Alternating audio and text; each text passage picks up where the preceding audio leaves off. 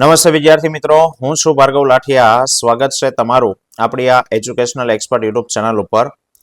મિત્રો, ધોરણ 10 વિષય વિજ્ઞાન અને ટેકનોલોજીમાં લિબર્ટી પેપર સેટ 2025 એમાં અસાઇનમેન્ટ પેપર પ્રશ્ન પેપર 2 જેના વિભાગ 2 નું અને વિભાગ બી અને સી નું સોલ્યુશન આપણે જોઈ ગયા છે. આ વિડીયોમાં આપણે વિભાગ ડી નું સોલ્યુશન જોવાના છીએ. તો મિત્રો, શરૂ કરતા પહેલા જો તમે ચેનલ પર નવા હો તો ચેનલને સબસ્ક્રાઇબ કરો, વિડીયો ગમે તો લાઈક કરો, શેર કરો અને કમેન્ટ કરો.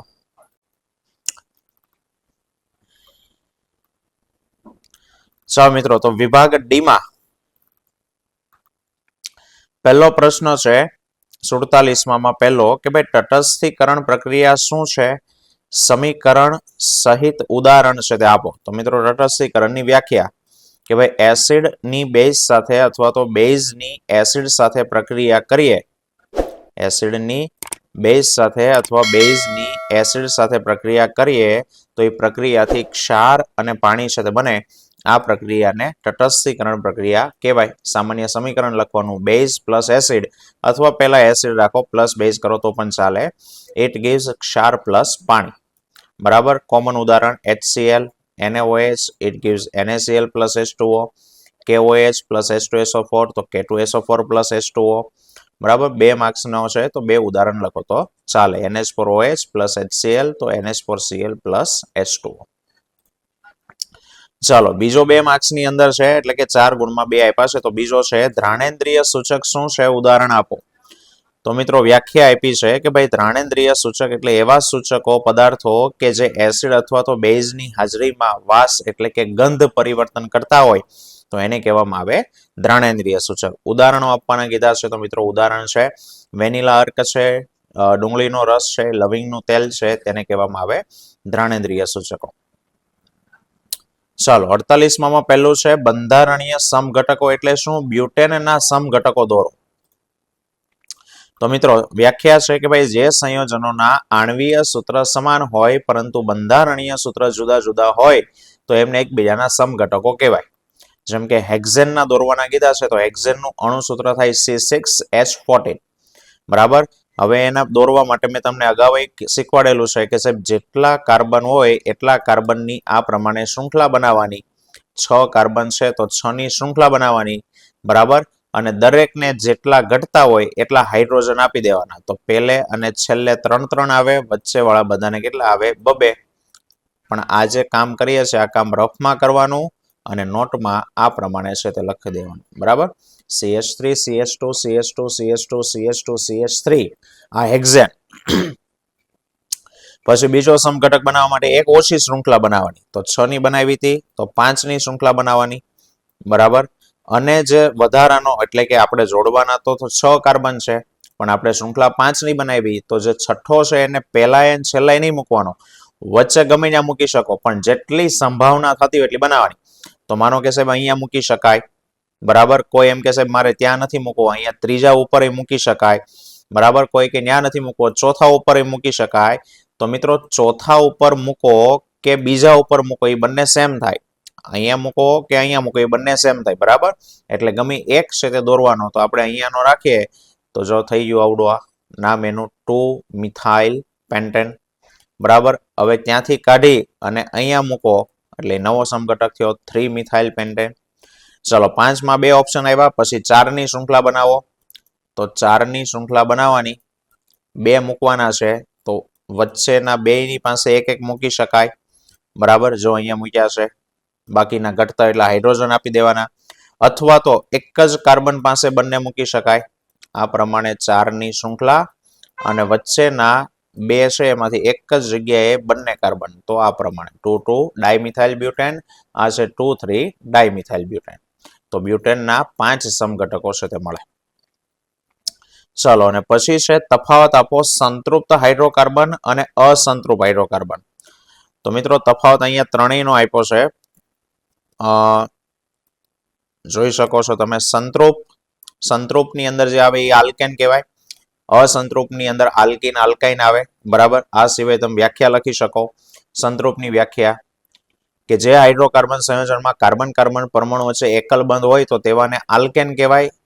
અથવા તો સંતૃપ આલ્કેન આલ્કાઇનની ન લખો તો આપણે સંતૃપ અસંતૃપની લખી શકાય કે સાહેબ જે હાઇડ્રોકાર્બન સંયોજનમાં કાર્બન કાર્બન પરમાણુ એકબીજા સાથે દ્વિબંધ કે ત્રિબંધથી જોડાયેલા હોય તો એને અસંતૃપ કહેવાય. સંતૃપમાં આલ્કેન આવે, અસંતૃપમાં આલ્કીન અને આલ્કાઇન આવે. અને ઉદાહરણ આપો સાહેબ, મિથેન, ઇથેન, પ્રોપેન એ સંતૃપ કહેવાય. ઇથિન, પ્રોપિન, ઇથાઇન, પ્રોપાઇન એને શું કહેવાય? અસંતૃપ. બરાબર છે. ચાલો 49મો છે પદાર્થ એક્સ રસોઈ ઘરમાં સામાન્ય રીતે સ્વાદિષ્ટ કરકરા પકોડા બનાવવા માટે વપરાય છે. તો પદાર્થ એક્સ નું નામ અને સૂત્ર જણાવો. તો મિત્રો રસોઈમાં ક્રિસ્પી પકોડા બનાવવા માટે જે વપરાય એ કોણ છે? તો કે બેકિંગ સોડા, ખાવાનો સોડા. તો એનું સૂત્ર NaHCO3 અને નામ સોડિયમ બાયકાર્બોનેટ. ચલો પદાર્થ એક્સ ની બનાવટનું રાસાયણિક સમીકરણ લખો. તો બનાવટનું સમીકરણ સોડિયમ કાર્બોનેટના જલીય દ્રાવણમાંથી કાર્બન ડાયોક્સાઇડ વાયુ પસાર કરો એટલે બની જાય. અથવા બીજું સમીકરણ છે સોડિયમ ક્લોરાઇડ એટલે કે NaCl. NaCl ના જલીય દ્રાવણમાંથી એટલે કે +H2O એમાંથી કાર્બન ડાયોક્સાઇડ એટલે CO2 અને એમોનિયા એટલે NH3 બે બનાવટ છે. બરાબર પસાર કરો તો પણ એમાંથી બેકિંગ સોડા છે તે બની જાય અને બની જાય NH4Cl બને અને બીજી પ્રોડક્ટ આપણી બેકિંગ સોડા એટલે NaHCO3. બરાબર આ બીજું સમીકરણ. ચાલો પછી કીધું છે પદાર્થ એક્સ ના ઉપયોગો જણાવો. તો સાહેબ એક્સ ના ઉપયોગો ક્યાં થશે? તો કે ઉપયોગો આની અંદર નથી લખીને પકાઈ ને આપણે બોલી જઈએ. સાહેબ બેકિંગ સોડા અને ટાર્ટરિક એસિડ નું મિશ્રણ બેકિંગ પાવડર બનાવવા માટે વપરાય. બરાબર આ સિવાય ઘરગથ્થુ રસોઈના હેતુથી પ્રયોગશાળામાં પ્રક્રિયક તરીકે વાપરવામાં આવે. સોડા એસિડ અગ્નિશામકમાં અને બેઝિક ગુણ ધરાવતો હોવાને કારણે એન્ટાસિડ તરીકે પણ એનો ઉપયોગ થાય.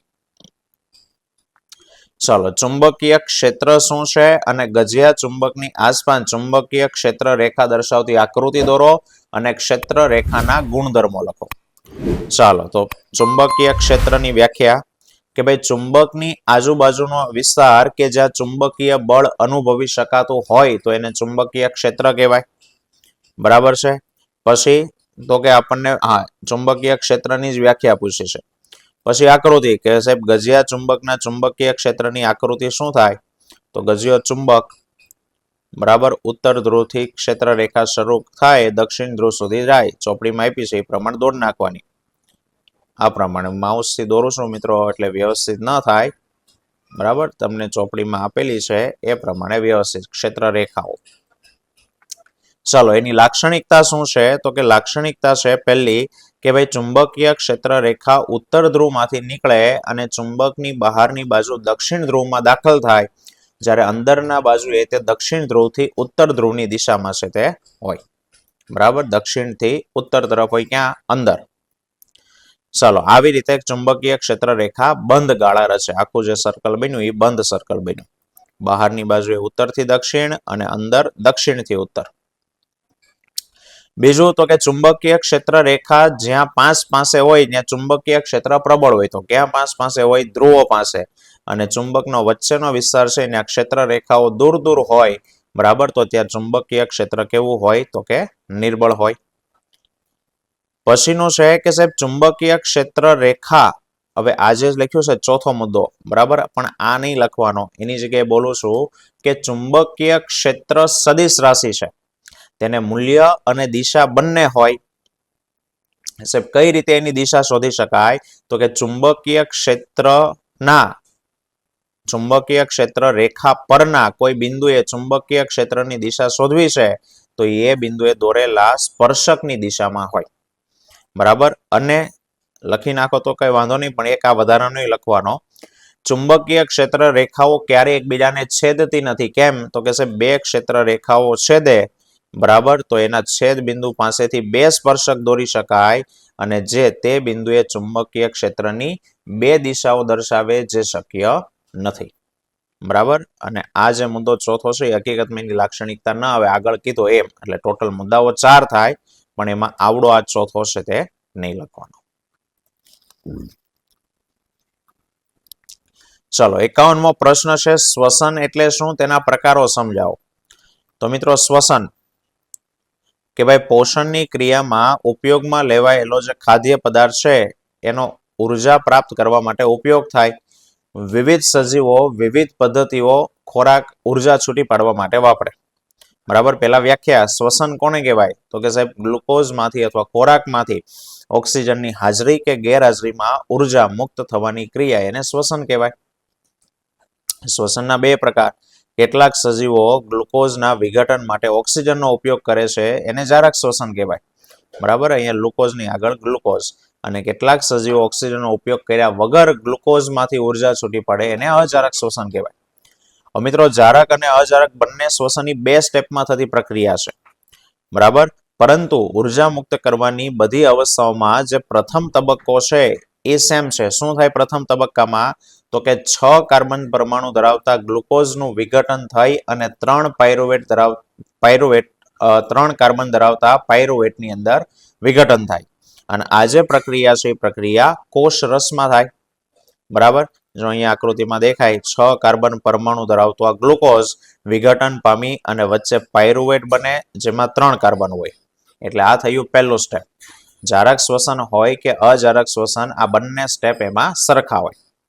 હવે પાયરુવેટનું વિઘટન તો કે બે રીતે થાય, ઓક્સિજનની હાજરીમાં ગેરહાજરીમાં.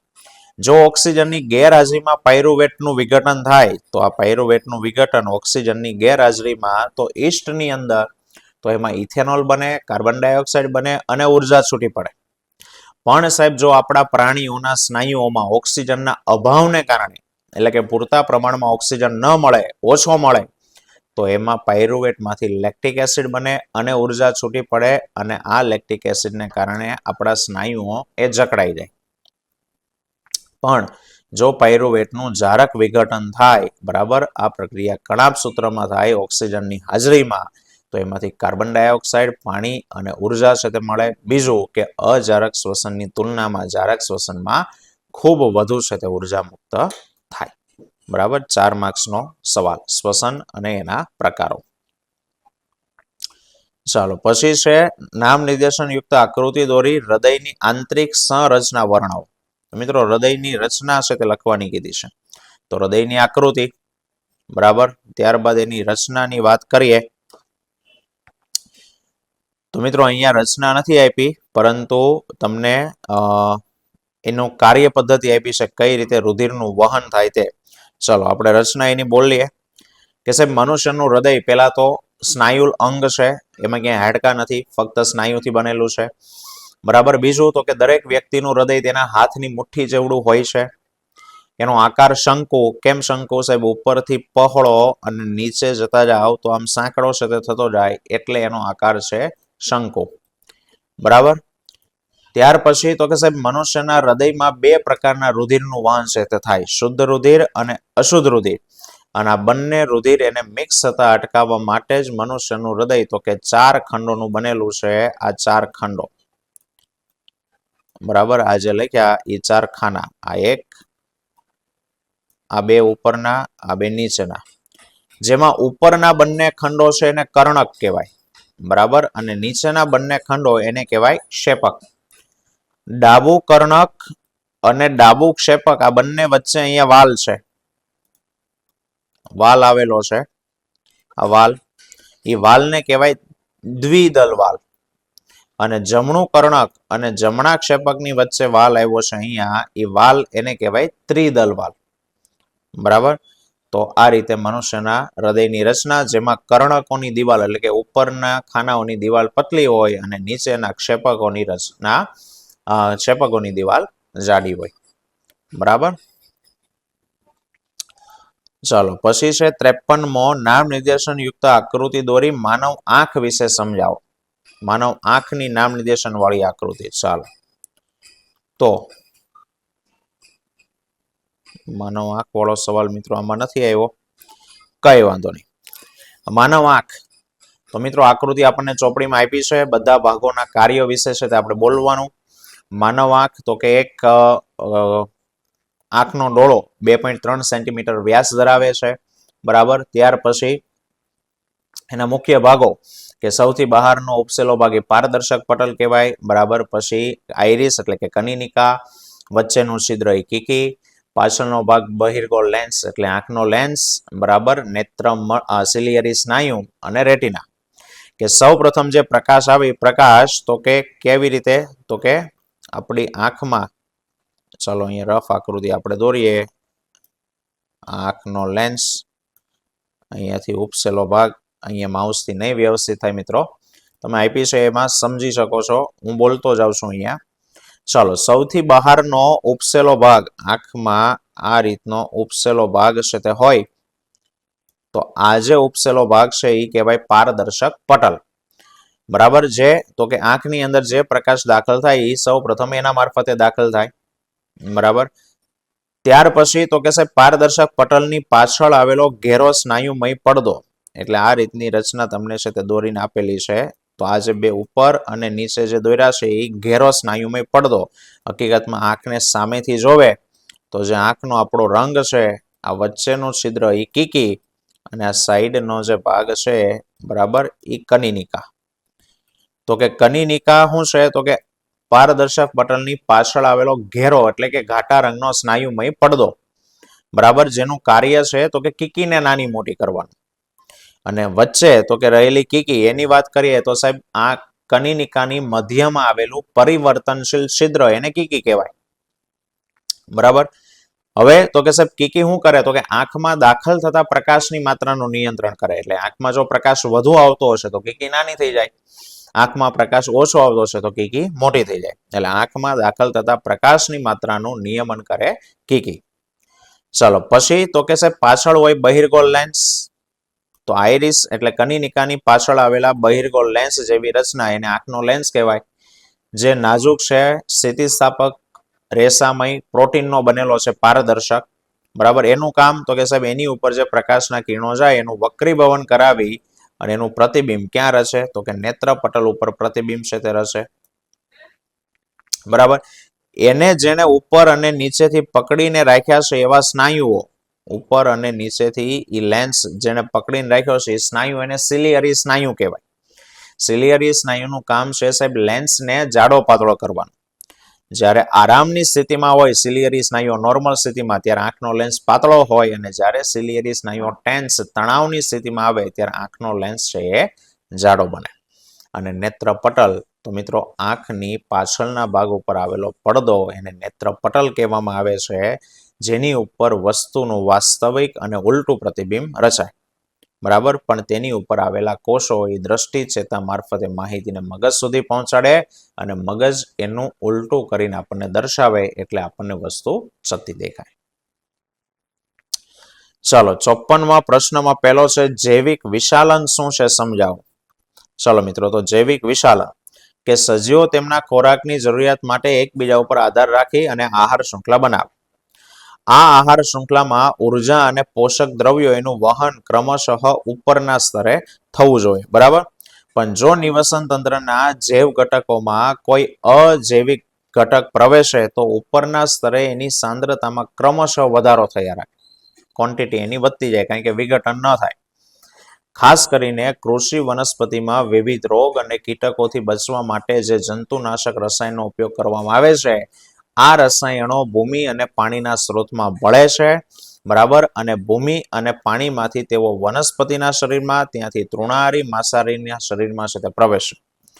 આ રસાયણો જૈવ અવિઘટનીય હોવાથી પ્રત્યેક પોષક સ્તરે એની સાંદ્રતા ક્રમશઃ વધતી જાય અને આ ક્રિયા એટલે એને કહેવાય વિશાલ.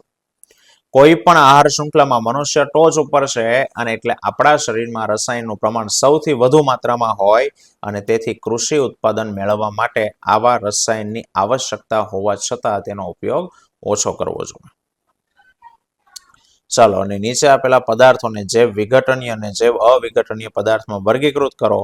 તો જૈવ વિઘટનીય સડેલા શાકભાજી, ઈંડા, માછલીના હાડકા, વધેલું ભોજન, કૃષિ કચરો આ સડી જાય. અને અવિઘટનીય તો કે ધાતુઓ, પથ્થર, કાચ, પ્લાસ્ટિક આ જૈવ અવિઘટનીય. તો મિત્રો આ હતું લિબર્ટી પ્રશ્ન પેપર 2 નું સોલ્યુશન સંપૂર્ણપણે. બરાબર, આવતા વિડીયોમાં ફરી પાછા મળીશું. ત્યાં સુધી જય હિન્દ, જય ભારત.